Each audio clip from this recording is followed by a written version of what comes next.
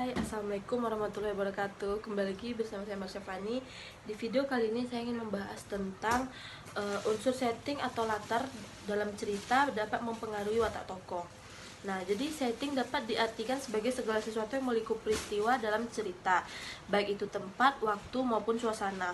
Setting dapat mempengaruhi watak tokoh dengan beberapa cara, yaitu yang pertama latar tempat. Jadi latar tempat dapat mempengaruhi watak tokoh melalui lingkungan fisiknya.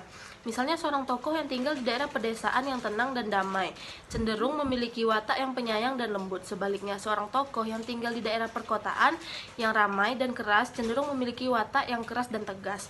Lalu latar waktu. Latar waktu dapat mempengaruhi watak tokoh melalui peristiwa-peristiwa yang terjadi pada zamannya.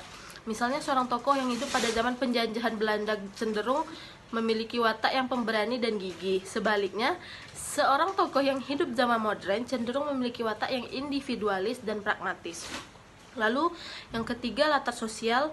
Latar sosial dapat mempengaruhi watak tokoh melalui nilai-nilai dan norma-norma yang berlaku di masyarakat. Misalnya, seorang tokoh yang berasal dari keluarga kaya cenderung memiliki watak yang manja dan sombong.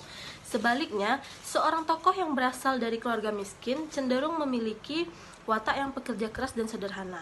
Berikut ini adalah beberapa contoh analisis unsur setting atau latar yang mempengaruhi unsur watak tokoh.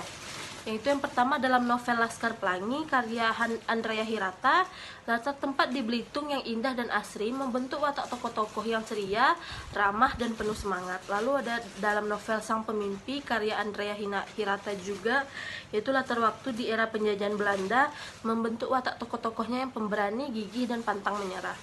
Lalu dalam novel Bumi Manusia karya Pramudia Anantatur, latar sosial di Hindia Belanda yang kolonial membentuk watak tokoh-tokohnya yang terpecah antara tradisi dan modernitas.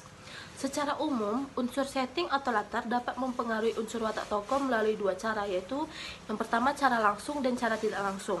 Cara langsung ini artinya setting itu secara langsung menggambarkan watak tokoh. Misalnya seorang tokoh yang digambarkan tinggal di rumah mewah cenderung memiliki watak yang kaya dan berkuasa. Lalu cara yang kedua adalah cara tidak langsung, yaitu setting tidak secara langsung menggambarkan watak tokoh tetapi melalui peristiwa-peristiwa yang terjadi di dalamnya.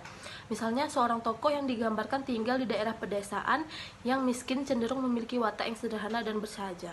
Dengan demikian, unsur setting atau latar memiliki peran yang penting dalam membentuk watak tokoh.